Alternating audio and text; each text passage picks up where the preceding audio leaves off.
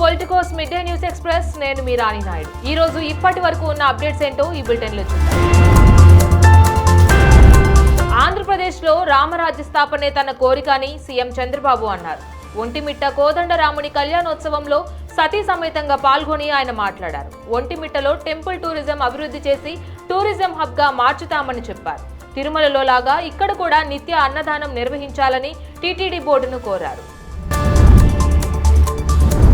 YCP మాజీ MP Gorantla మాధవ్కు Guntur ప్రత్యేక mobile court judge 14 రోజుల రిమాండ్ విధించారు. ఆయనతో పాటు మిగతా 5 నిందితులకు ఈ నెల 24 వరకు రిమాండ్ విధిస్తూ తీర్పునిచ్చారు. దీంతో మాధవ్ సహా ఇతర నిందితులను పోలీసులు నెల్లూరు జైలుకు తరలించారు. కాగా వైఎస్ భారతిపై అసభ్యకర వ్యాఖ్యలు చేసిన చేబ్రోలు కిరణ్ పై దాడి కేసులో వీరిని పోలీసులు అరెస్ట్ చేశారు. తమిళనాడులో బీజేపీ అన్నాడీఎంకే కలిసి ఎన్నికలకు వెళ్లాలనుకోవడం ఆహ్వానించదగ్గ పరిణామమని AP deputy CM Pawan Kalyan అన్నారు. బీజేపీ ఏఐఏడీఎంకే కూటమికి శుభాకాంక్షలు. అనుభవం ఉన్న వారికి బాధ్యతలు అప్పగిస్తామని కూటమి తెలిపింది. ఎన్డీఏ విధానాల ద్వారా రాష్ట్రాల అభివృద్ధి సాధ్యమవుతుంది. తమిళనాడుకు ఖచ్చితంగా మేలు జరుగుతుందని ఈ సందర్భంగా పవన్ కళ్యాణ్ పేర్కొన్నారు. పద్మశ్రీ వనజీవి రామయ్య మరణం పట్ల AP CM Chandrababu, Telangana CM Revanth Reddy తీవ్ర విచారం వ్యక్తం చేశారు. పర్యావరణ పరిరక్షణకు కోటి మొక్కలు నాటిన రామయ్య కృషి స్ఫూర్తిదాయకమన్నారు. ఆయన మరణం పర్యావరణ పరిరక్షణ ఉద్యమానికి తీరని లోటని పేర్కొన్నారు. వారి కుటుంబ సభ్యులకు ప్రగాఢ సానుభూతి తెలిపారు. వనజీవి మరణం బాధాకరమని మంత్రి లోకేష్ ట్వీట్ చేశారు. ఆయన చూపించిన మార్గం ఎన్నో తరాలకు ప్రేరణగా నిలుస్తుందన్నారు. వనజీవి మరణం పట్ల నారా లోకేష్, బట్టి విక్రమార్క, తుమ్మల నాగేశ్వరరావు విచారం వ్యక్తం చేశారు. విభజన సమస్యలన్నీ పరిష్కరించుకునేందుకు గాను 2 తెలుగు రాష్ట్రాల సీఎంలు త్వరలోనే సమావేశమయ్యే అవకాశం ఉన్నట్లు తెలుస్తోంది. ఏపీ ముఖ్యమంత్రి చంద్రబాబు దీనికి సంబంధించి మొదటి అడుగు వేసే ఆలోచనలో ఉన్నారని విశ్వసనీయ వర్గాల సమాచారం అందుతోంది. కాగా చంద్రబాబు, రేవంత్ గత ఏడాది జూలైలో ప్రజాభవన్లో తొలిసారి సమావేశమైన చాలా సమస్యలు అపరిష్కృతంగానే మిగిలిపోయాయని, వాటన్నిటిపై ఇప్పుడు చర్చ జరిగే అవకాశం ఉందని సంబంధిత వర్గాలు పేర్కొన్నాయి. తెలంగాణ కాంగ్రెస్ ఎమ్మెల్సీ విజయశాంతికి బెదిరింపులు వచ్చాయి. తనకు డబ్బులు ఇవ్వాలని, లేకపోతే అంతు చూస్తానని చంద్రశేఖర్ అనే వ్యక్తి ఆమెకు మెసేజ్లు పంపాడు. దీంతో విజయశాంతి దంపతులు బంజారాహిల్స్ పోలీసులకు ఫిర్యాదు చేశారు. వెంటనే అతనిపై కేసు నమోదు చేశారు. చంద్రశేఖర్ గతంలో విజయశాంతి సోషల్ మీడియా ఖాతాలను నిర్వహించినట్లు తెలుస్తోంది. కంచా గచ్చబౌలి భూములను తనఖా పెట్టి ఐసీఐసీఐ బ్యాంకులో టీజీఐఐసీ 10,000 కోట్ల రూపాయలు లోన్ తీసుకుందన్న మాజీ మంత్రి కేటీఆర్ ఆరోపణలపై సంబంధిత బ్యాంక్ స్పందించింది. తాము టీజీఐఐసీకి ఎలాంటి మార్టిగేజ్ లోన్ ఇవ్వలేదని పేర్కొంది.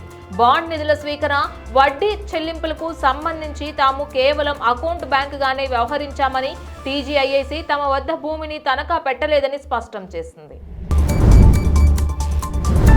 టీపీసీసీ 4 వర్కింగ్ ప్రెసిడెంట్లను నియమించాలని రాష్ట్ర కాంగ్రెస్ భావిస్తున్నట్లు సమాచారం. బీసీ వర్గం నుంచి మహేష్ కుమార్ గౌడ్ ఇప్పటికే పీసీసీ చీఫ్ గా ఉండగా, ఎస్సీ, ఎస్టీ, మైనార్టీ, రెడ్డి వర్గాలకు చెందిన మరో 4 వర్కింగ్ ప్రెసిడెంట్లుగా ఛాన్స్ ఇచ్చే దిశగా కాంగ్రెస్ చూస్తున్నట్లు తెలుస్తోంది. తమిళనాట ఏఐఏడీఎంకే బీజేపీ నేతృత్వంలోని ఎన్డీఏ కూటమిలో చేరడంపై ప్రధాని మోదీ హర్షం వ్యక్తం చేశారు. కలిసి బలంగా, ఐకమత్యంగా తమిళనాడు ప్రగతి కోసం ముందుకు వెళ్తాం. మా కూటమి సహచర పార్టీలతో కలిసి తమిళనాడును మునిపెన్నడూ లేని ప్రగతి బాట పట్టిస్తాం. ఎంజీఆర్, జయలలిత కలలుగన్న ప్రభుత్వాన్ని ఏర్పాటు చేస్తామని ఈ సందర్భంగా ప్రధాని మోడీ ట్వీట్ చేశారు. గాజా ప్రస్తుత పరిస్థితి భూమిపై నరకంలా ఉందని రెడ్ క్రాస్ ప్రెసిడెంట్ మీర్జానాస్ పాలరిక్ ఆందోళన వ్యక్తం చేశారు. అక్కడ తాగేందుకు నీరు లేదు, కరెంటు లేదు, ఆహారం అసలే లేదు. సాయం చేయడానికి మిగిలి ఉన్న సరుకులు కూడా మరో 2 వారాల్లో అయిపోతాయి. ఆసుపత్రులు ఎలా నడపాలో తెలియట్లేదు. అత్యవసరంగా సీజ్ ఫైర్ అమలు చేయకపోతే పరిస్థితి చేయి దాటిపోయేలా ఉంది అని పేర్కొన్నారు. నటి రేణు దేశాయ్ తాజా పాడ్కాస్ట్ లో పాల్గొన్నారు. ఈ సందర్భంగా తన 2వ పెళ్లిపై ఆసక్తికర వ్యాఖ్యలు చేశారు. తన 2వ పెళ్లిపై సోషల్ మీడియాలో పలు రకాల గాసిప్స్ రావడంపై ఆమె అసహనం వ్యక్తం చేశారు. ఈ 44 ఏళ్ల మహిళ రెండో పెళ్లి చేసుకుంటుందా లేదా అన్నది సమాజానికి అక్కర్లేని అంశం. నేను మహిళలు, వాతావరణం, ఆర్థిక వృద్ధి వంటి అనేక అంశాలపై మాట్లాడాను. అన్నీ వదిలేసి అనవసరమైన విషయంపై దృష్టి పెట్టారు అని ఆవేదన వ్యక్తం చేశారు. సీజన్ తొలి మ్యాచ్లో గెలిచి అభిమానుల్లో భారీ అంచనాలు పెంచేసిన ఎస్ఆర్హెచ్ తరువాత వరుసగా 4 మ్యాచ్లు ఓడిపోయి తుస్సుమనిపించింది. కేవలం 2 పాయింట్లతో టేబుల్లో చిట్ట చివరన నిలిచింది. మిగిలిన 9 మ్యాచ్ల్లో కనీసం 7 గెలిస్తేనే ప్లే ఆఫ్స్ రేస్లో నిలుస్తోంది. దీంతో ఇవాళ పంజాబ్ పై తప్పకుండా గెలవాల్సిందే, లేదంటే తర్వాత 8 మ్యాచ్ల్లో 7 గెలవడం కష్టమే. దీంతో ఎస్ఆర్హెచ్ ఇంటి బాట పట్టడం లాంఛనమే అవుతుందని చెప్పవచ్చు. పసిడి ధరలు అమాంతం పుంజుకుంటున్నాయి. హైదరాబాద్ నగరంలో చూస్తే ఇవాళ ఒక్కరోజే 22 క్యారెట్స్ గోల్డ్ రేట్ 1850 రూపాయలు పెరగడంతో తులానికి 87,450 రూపాయలకు చేరింది. ఇదే జీవనకాల గరిష్ట స్థాయి అని చెప్పొచ్చు. దీనికి ముందటి రోజు 2,700 రూపాయలు పెరిగింది.